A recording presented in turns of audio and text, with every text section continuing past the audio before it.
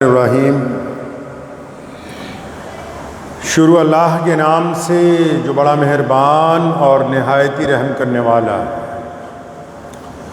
تمام بھائی درود پاک پڑھیے۔ اللہم صلی علی محمد وعلی آل محمد کما صلیت علی ابراہیم وعلی آل ابراہیم انک حمید مجید۔ اللہم بارک علی محمد وعلی آل محمد کما بارکت علی ابراہیم وعلی آل ابراہیم انکا حمید مجید۔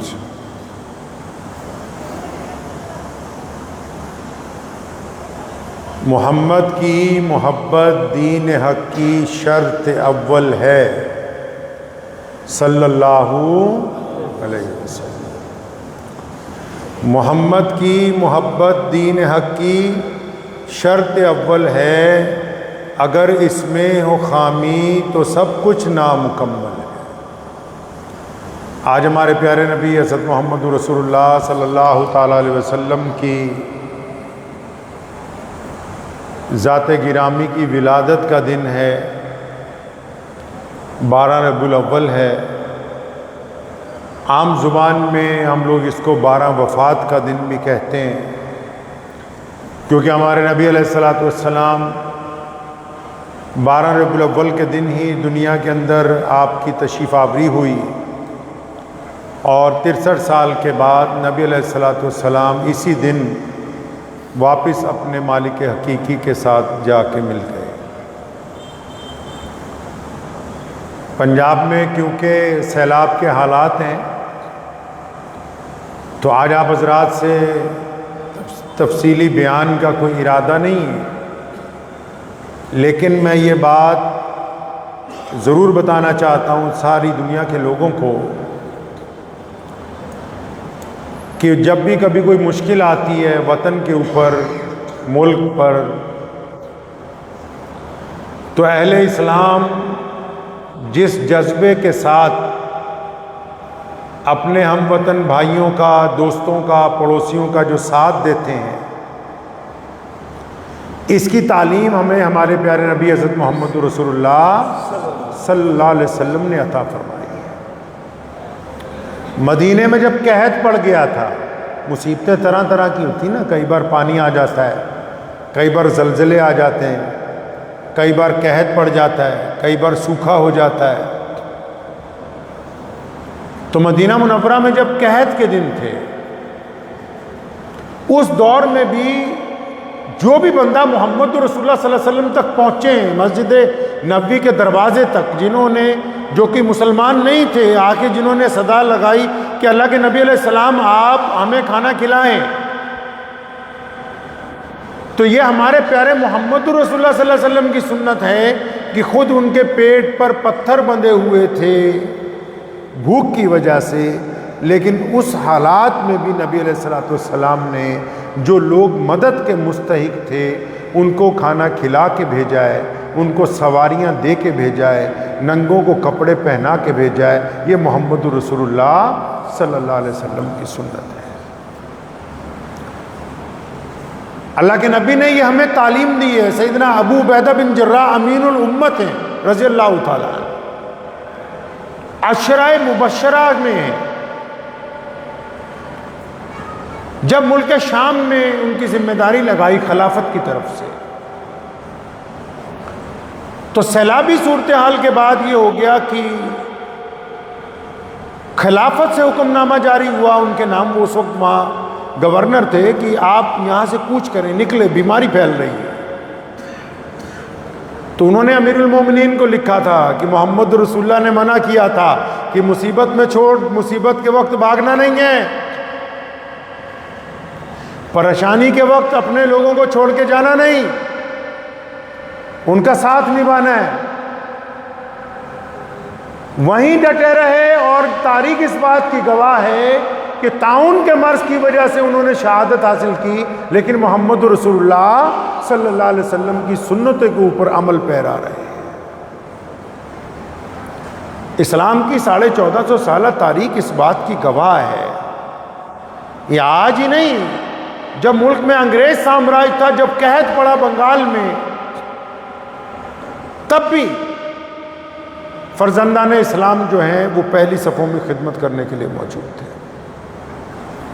تو آج تو بس یہ چند لمحے کی گفتگو آپ حضرات سے کرنے کے لیے حاضر ہوا ہوں کہ پچھلے کئی دن سے لگاتار خدمت جاری ہے۔ پنجاب میں ہمارے بڑے بھائی جو سکھ قوم ہیں اور ان کے ساتھ میں جو ہمارے ہندو بھائی ہیں پنجاب میں اور جو دلت بھائی ہیں، باقی جتنی قومیں ہیں، ان کے ساتھ یہ جو آس پاس کے صوبوں سے بڑی تعداد میں مسجدوں کے ذمہ داران، الگ الگ مسلمان NGOs جو پچھلے ایک ہفتے سے الگ الگ جگہ پہنچ رہے ہیں، تو میں ان سب کو مبارکباد بھی دیتا ہوں۔ پنجابی ہونے کے ناطے ان کا شکریہ بھی ادا کرتا ہوں۔ پنجاب کے لوگوں نے ہمیشہ ہی پورے دیش میں کبھی بھی، اور دیش ہی نہیں دنیا میں کہیں بھی، اگر کبھی کوئی مصیبت آئی ہے تو ہمارے سکھ بھائیوں نے پہلی صف میں سب سے آگے جا کے اس میں مصیبت میں جو لوگ گرفتار ہوتے ہیں ان کا ساتھ دیا ہے، ان کو کھانا کھلایا ہے، ان کی مصیبت میں ان کے زخموں کے اوپر ملہم لگائی۔ انہوں نے نہیں کہا کہ آپ ان کی مدد کے لیے آئیں، لیکن یہ ہماری ذمہ داری بنتی ہے، ہم پر لازم ہے، اور یہ بھی ضروری ہے کہ جب ہم ان کا ساتھ دیں۔ میں بار بار کیا آج تو دوبارہ دس دن ابھی پنجاب ہڑاں دا ہڑ جڑے آ گئے، ہم جس کو سیلاب کہتے ہیں، پنجاب ہڑاں دی مار نہیں چیل رہا، ہڑاں دا مقابلہ کر رہا ہے۔ یعنی ہم سیلاب کی وجہ سے پریشان نہیں ہیں، بلکہ اس آفت کا بھی مقابلہ کر رہے ہیں، اور مقابلہ کرنا بھی چاہیے۔ اور جو قومیں، جو لوگ، جو ملک، جو سماج پریشانی میں، دکھ میں، مصیبتوں کا مقابلہ کرتے ہیں، اللہ ان کو بڑی عزتیں دیتے ہیں، ان کو فتح حاصل ہوتی ہے اس میں۔ تو جو لوگ بھی آ رہے ہیں پنجاب میں مدد کے لیے، پہلی گزارش تو ان سے یہ ہے کہ اصل جو کام کرنے کا وقت آئے گا وہ پانی اترنے کے بعد ہے، جب زیادہ دوائیوں کی ضرورت ہوگی، کپڑوں کی ضرورت ہوگی، کھیتیوں کو راہ راست پر لانے کے لیے بیج کی ضرورت ہوگی، جو بہت ہی غریب لوگ ہیں جن کے مکانات متاثر ہو گئے ان کو بنوانے کی ضرورت ہوگی۔ تو اس لیے جو لوگ اور بھی آنے والے ہیں ان سے گزارش ہے کہ وہ پہلے آئیں، خود دیکھیں کہ کس جگہ کیا مدد چاہیے، کیونکہ واٹس ایپ کی دنیا اور ہوتی ہے، اصلیت میں دنیا اور ہوتی ہے۔ تو ایسے لوگوں سے پہلے خود جا کے ملیے کہ بھئی ہمیں کہاں خدمت کرنی ہے، کیسی وہاں ضرورت ہے۔ اب ظاہر سی بات ہے کہ کسی کا پورا مکان بہہ گیا ہو، ہم لوگ ابھی یہاں دینا نگر سے آگے رتن گڑھ اور پھر بمیال ایک جگہ ہے ڈسٹرکٹ ہوشیارپور اور ڈسٹرکٹ پٹھان کوٹ کے بیچ میں، تو وہاں ایسا ایک جگہ ایسی بھی پریشانی آئی کہ جتنے مکانات تھے مقامی لوگوں کے اور گجر بھائیوں کے اور ایک مسجد تھی، وہ تمام کا تمام حصے ختم ہی ہو گئے۔ تو پہلے تو یہ دیکھنا ہوگا، جلد بازی نہیں کرنی۔ بہت سارے لوگوں کے فون آ رہے ہیں، جی ہم آ رہے ہیں، ہم آ رہے ہیں۔ صبر کے ساتھ، تحمل کے ساتھ، پہلے ہم آپ لوگ الگ الگ خطے میں، الگ الگ علاقے میں، یہ تو نہیں کہ ساری جگہ ہم ہی جا سکتے ہیں، سب لوگوں کو الگ الگ خدمت انجام دینی۔ جہاں ڈاکٹروں کی ضرورت ہے وہاں ڈاکٹر بھیجے جائیں، جو کٹ آپ تیار کر کے لا رہے ہیں۔ بہت سارے لوگ اب کل کچھ احباب آئے تو وہ اناج لے کے آئے، کنک کوانٹلوں کے حساب سے، تو بارش کے موسم میں تو ظاہر سی بات ہے کہ کوئی ایسا ذریعہ نہیں کہ ہم گاؤں والوں کو بولیں گے جی آپ کنک لیجئے، نہیں، ایسا نہیں ہو سکتا۔ جو اطمینان سے سنیے، جو لوگ کٹ تیار بھی کرنا چاہتے ہیں مدد کے لیے دوسروں کی، تو پہلی بات تو یہ کہ ایک کٹ اس طرح بنائے کہ وہ ایک ہی پریوار کو آپ ایک پیکٹ دے سکیں۔ اب اس میں جو ضرورت کی چیزیں وہ کیا ہونی چاہیے، کیونکہ بارش ہے، پانی زیادہ ہے جہاں آپ مدد کے لیے جانا چاہتے ہیں، تو لوگ گھر کے نیچے والا حصہ خالی کر کے چھت پر ہے۔ تو چھت پر کیا چاہیے؟ سب سے پہلے چھت پر سر ڈھانپنے کے لیے ایک بڑی ترپال۔ تو مطلب پتہ لگا بھی ایک ضرورت تو یہ ہے کہ ترپال ہونی چاہیے، پلاسٹک کی، لائٹ ویٹ، بھاری نہ ہو، تاکہ آسانی سے اس کو آپ وہ لوگ لگا سکیں۔ پھر اس کے بعد اس میں ڈیٹول کی شیشی ہو، کوئی روئی ہو۔ اس کے بعد بچوں کے پیڈ ہوتے ہیں، سینٹری پیڈ خواتین کے لیے ہوتے ہیں۔ پھر صابن ہے ہاتھ دھونے کے، کپڑے دھونے کے صابن، ڈٹرجنٹ، اور کھانے پینے میں اچھی چیز یہ ہے کہ اچار کا پیک ڈبہ ہو،